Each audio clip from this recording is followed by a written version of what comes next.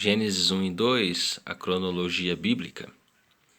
A Bíblia é um livro baseado em datas referentes à história humana. Nela encontramos genealogias como as de Gênesis capítulos 5 e 11 e datas específicas de eventos como a construção do templo por Salomão em 1 Reis capítulo 6. É possível, assim, construir uma cronologia bíblica. Por exemplo, seguindo a cronologia encontrada na genealogia de Gênesis capítulo 5, podemos calcular o ano que o dilúvio ocorreu. Basta somar a idade que Noé tinha quando o dilúvio ocorreu, com a idade de nascimento do primeiro filho de todos os seus antepassados. A lista obedeceria o seguinte formato: Adão tinha 130 anos quando Sete nasceu. Portanto, torna-se 130 anos para Adão. Sete tinha 105 anos quando gerou a Enos.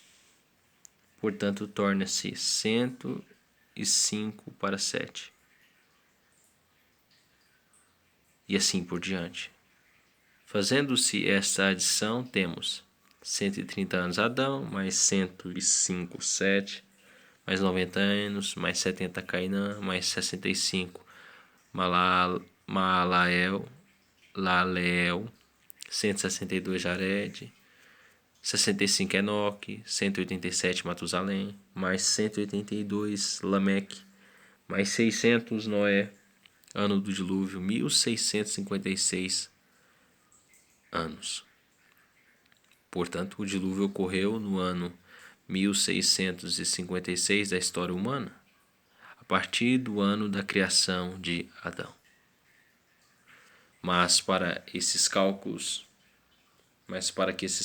tenham algum valor, torna-se necessário assegurarmos que as idades descritas estão corretas. Segundo o relato de Gênesis capítulo 5, os seres humanos pré-diluvianos viviam entre 900 e 1000 anos. Seria possível, do ponto de vista da ciência, que essa longevidade fosse verdadeira? A resposta é sim. Podemos explicar como isso seria possível. Para isso, vamos avaliar duas áreas de interesse. Nós, seres humanos, somos compostos de pequenas células. Células morrem, mas antes de morrerem, elas se duplicam, dando origem a novas células. Assim, a longevidade está ligada ao processo de duplicação celular. Dentro do núcleo de cada célula existe o que chamamos de cromossomos, que são estruturas organizadas do DNA, ácido desoxirribonucleico do DNA. Fica guardada a informação genética de cada organismo vivo. O ser humano, por exemplo, possui 23 pares de cromossomos, 23 herdados do pai e 23 da mãe. Nas extremidades de cada cromossomo existe um telômero. Os telômeros são pequenas repetições de informações genéticas, sendo que a cada divisão celular, uma repetição é deletada. Portanto, o número de repetições presentes num telômero determina quantas vezes uma célula poderá ser duplicada. Uma célula não se duplica mais quando o seu telômero já foi utilizado até o final. Portanto, os telômeros são os responsáveis pelo processo de envelhecimento no nível celular e determinam um limite para a longevidade de um organismo. Sabendo assim que a longevidade de um organismo está diretamente relacionada com a estrutura dos telômeros. Mas como explicar uma longevidade tão grande como a encontrada em Gênesis? As células daqueles indivíduos não morriam? Não podemos afirmar categoricamente que não morriam. No entanto, a ciência conhece mecanismos celulares que tornam as células praticamente imortais. Infelizmente, os mecanismos conhecidos são utilizados por células cancerígenas que Basicamente, são células que esqueceram como morrer.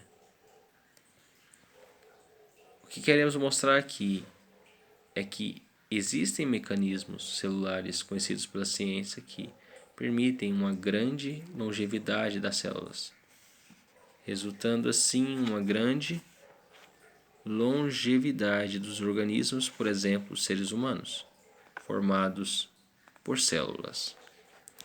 Nota de rodapé, Champai, J. Szostak, J.W. and Blackburn, enfim.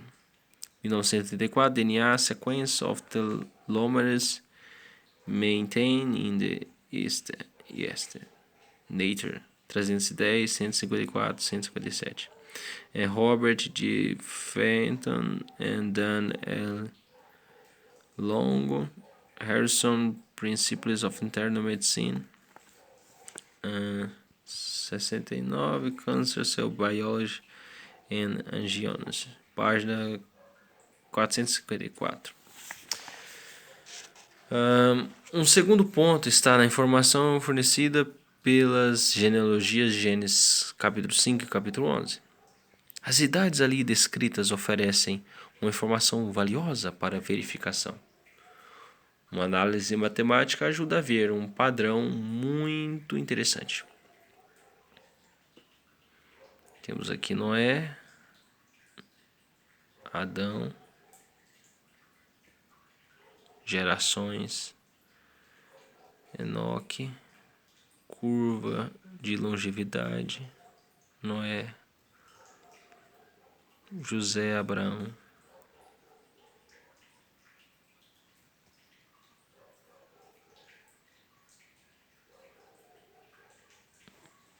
Observe o que acontece no gráfico entre Adão e Noé.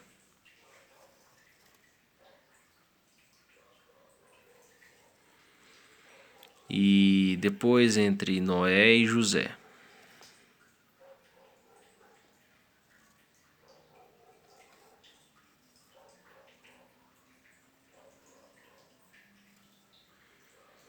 É óbvio que o gráfico está dividido em duas partes. Qual o significado dessas partes? Qualquer matemático, mesmo um que não conhece absolutamente nada sobre a Bíblia, ao examinar esse gráfico, percebe que alguma coisa teria acontecido durante a vida desse tal Noé, que teria afetado a longevidade dos seus descendentes. O que procuramos demonstrar com isso é que a informação no gráfico é relevante. Percebemos que Adão até Noé, a longevidade permaneceu praticamente a mesma. Isso é representado pela reta. Mas de Noé até José, a longevidade diminuiu.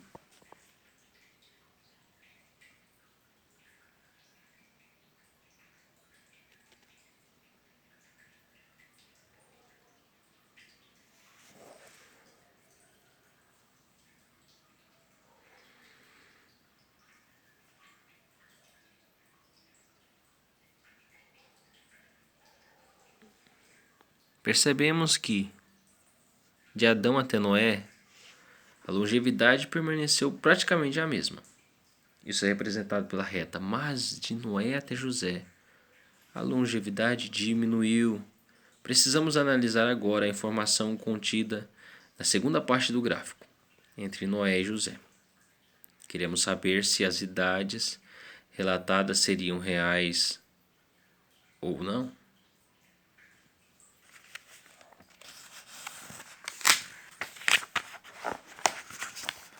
Não vamos entrar nos detalhes matemáticos aqui, mas apenas queremos usar uma analogia como exemplo. Imaginemos uma situação envolvendo uma doença contagiosa. Vamos supor que temos um grupo de pessoas que sejam suscetíveis a um determinado vírus. Vamos imaginar que desse grupo algumas pessoas foram infectadas pelo vírus. Agora imaginemos que todas as pessoas do grupo têm contato uma com as outras. A primeira pergunta é: o que aconteceria com esse grupo ao longo do tempo? Todos seriam infectados pelo vírus. A segunda pergunta é: como isso aconteceria ao longo do tempo? Os indivíduos desse grupo seriam gradativamente infectados pelo vírus. Se fizéssemos um gráfico ilustrado, o resultado da segunda pergunta: como os indivíduos seriam infectados gradativamente ao longo do tempo? Ele seria praticamente idêntico com a segunda parte do nosso gráfico, que vai de Noé até José. O que significa? Que as idades registradas para todos os descendentes de Noé, desde o seu filho Sem até José, obedecem a um padrão muito conhecido pela matemática. Essas idades teriam de ser idades reais. Elas não poderiam ter sido escolhidas aleatoriamente.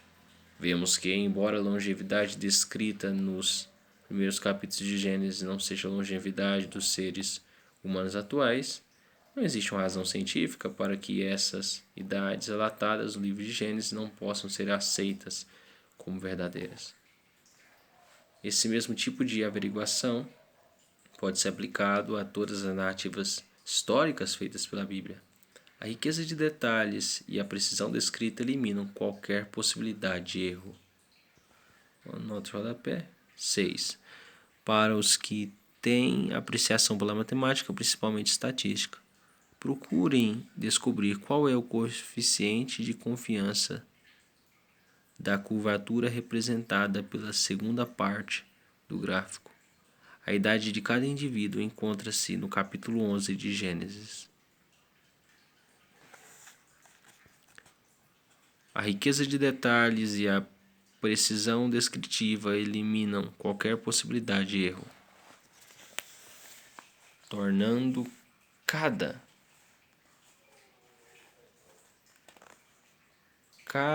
relato bíblico digno de confiança e de estudo. No entanto, a Bíblia deixa claro que Deus possui duas maneiras específicas de datação. Essa dualidade da datação, considerada por alguns como inconsistência, é utilizada para criticar a veracidade histórica da Bíblia. Na verdade, elas expressam algo muito além do que uma imensa imaginação humana conseguiria produzir. O exemplo principal é referente à data da construção do templo por Salomão. A pergunta é: em que ano Salomão começou a construir o templo? À primeira vista, a resposta parece ser bastante simples. Basta ler o texto de 1 Reis, capítulo 6, versículo 1. 480 anos depois que os israelitas saíram do Egito, no quarto ano do reinado de Salomão em Israel, no mês de Ziv, o segundo mês, ele começou a construir o templo do Senhor.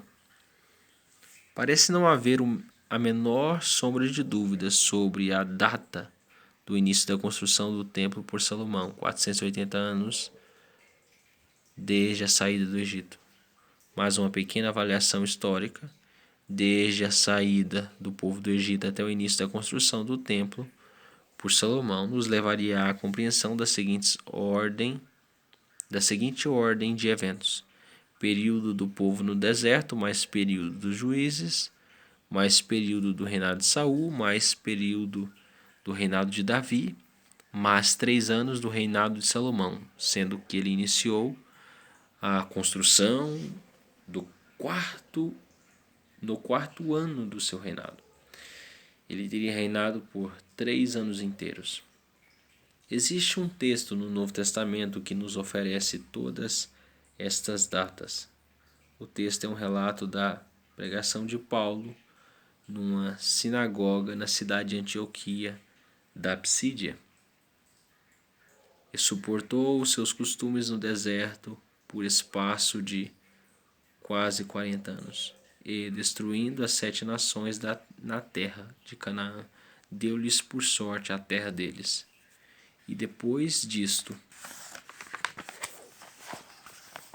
por quase 450 anos, lhes deu juízes, até ao profeta Samuel, E depois pediram um rei, e Deus lhe deu por 40 anos a Saul, filho de Quis, homem da tribo de Benjamim, e, quando este foi retirado, levantou-lhes como rei Davi, ao qual também deu testemunho e disse: Achei a Davi, filho de Jessé, homem conforme o meu coração, que executará toda a minha vontade. Atos capítulo 13, versículo 18 a 22. Temos agora todas as datas, exceto a duração do reinado de Davi, que pode ser encontrada em 2 Samuel capítulo 5, versículo 4. Davi tinha 30 anos de idade quando começou a reinar, e reinou durante 40 anos, fazendo uma pequena adição da duração de cada período. Cada período temos. Período do povo no deserto, 40 anos, Atos capítulo 13, versículo 18. Período dos juízes, 450 anos, Atos capítulo 13, versículo 20. Período do reinado de Saul, 40 anos, Atos capítulo 13, versículo 21. Período do reinado de Davi, 40 anos, 2 Samuel capítulo 5, versículo 4. Somando esses 4 períodos, temos 570 anos. Basta adicionar a esse valor os 3 anos referentes ao Templo de Salomão, Salomão já havia reinado antes de começar a construir o templo. Assim, o período de tempo completo, desde a saída do povo do Egito até o início da construção do templo, seria de 573 anos. Agora temos 2 datas diferentes para o início da construção do templo, 480 anos, segundo o relato do livro de 1 Reis, e 573, segundo o relato de Atos. É importante relembrar que quem está dando o relato em Atos é o próprio apóstolo Paulo, verso 16. Ele possuía todas as credenciais para falar com autoridade sobre o assunto. Se alguém pensa que tem razões para confiar na carne, e ainda mais circuncidado no 8º dia de vida, pertencente ao povo de Israel, à tribo de Benjamim, verdadeiro hebreu, quanto à lei fariseu, quanto ao zelo perseguidor da igreja, quanto à justiça que há na lei, irrepreensível. Filipenses 3, versículo 4 a 6. Paulo não errou no seu relato, nem tampouco o autor de 1 Reis errou do seu relato. Você deve estar pensando, existe uma diferença de 93 anos e você está me dizendo que ninguém errou? Correto, ninguém errou. Deus revelou as 2 maneiras diferentes pelas quais Ele conta o nosso tempo. Vamos procurar responder uma segunda pergunta, muito relevante dentro do contexto das Escrituras Sagradas. Desde a saída do Egito até o início da construção do templo, quantos anos os israelitas serviram a Deus? Talvez você esteja perguntando o que isso tem a ver com a diferença. A resposta é tudo. No Salmo 90, versículo 12, Moisés pediu o seguinte ao Senhor: Ensina-nos a contar os nossos dias para que o nosso coração alcance sabedoria. Obviamente, Moisés não está pedindo por uma capacidade matemática para adicionar um dia após o outro, para que soubesse quantos dias ou anos ele já tinha vivido. Não. Moisés queria que Deus o ensinasse a contar os dias de um modo diferente do convencional.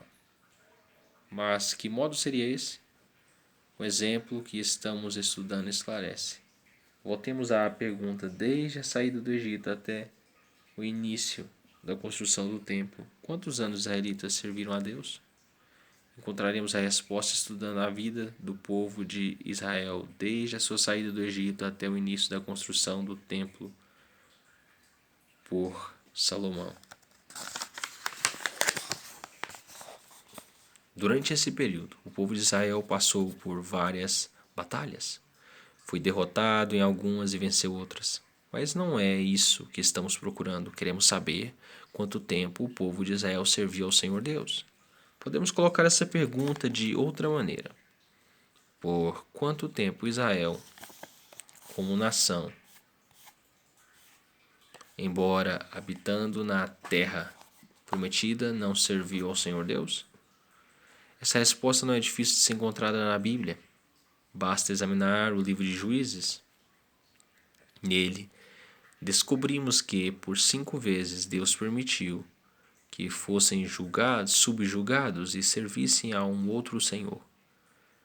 É interessante fazer a somatória dos anos nos quais isso aconteceu.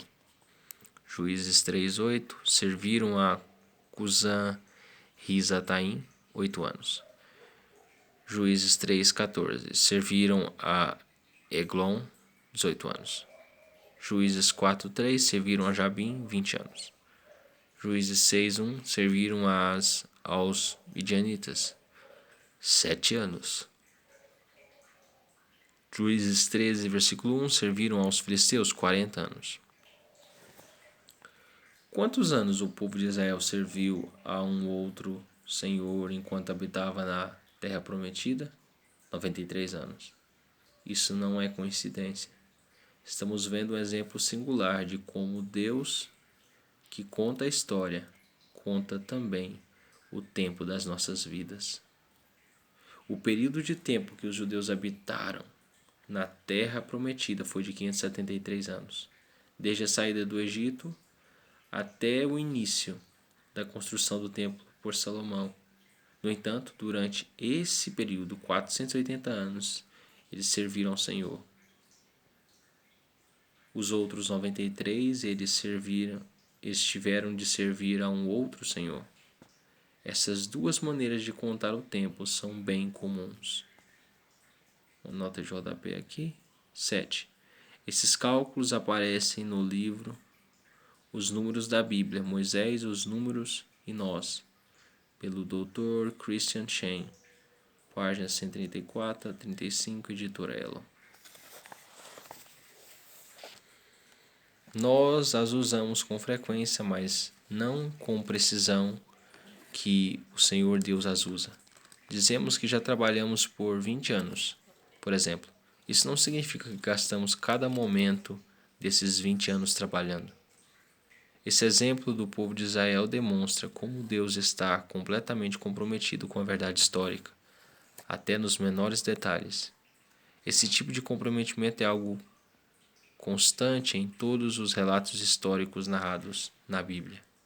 Portanto, não deveríamos ficar surpresos se uma nova descoberta histórica for exatamente como a Bíblia narrou. Afinal, ela contém a verdadeira história contada pelo Deus que não pode mentir.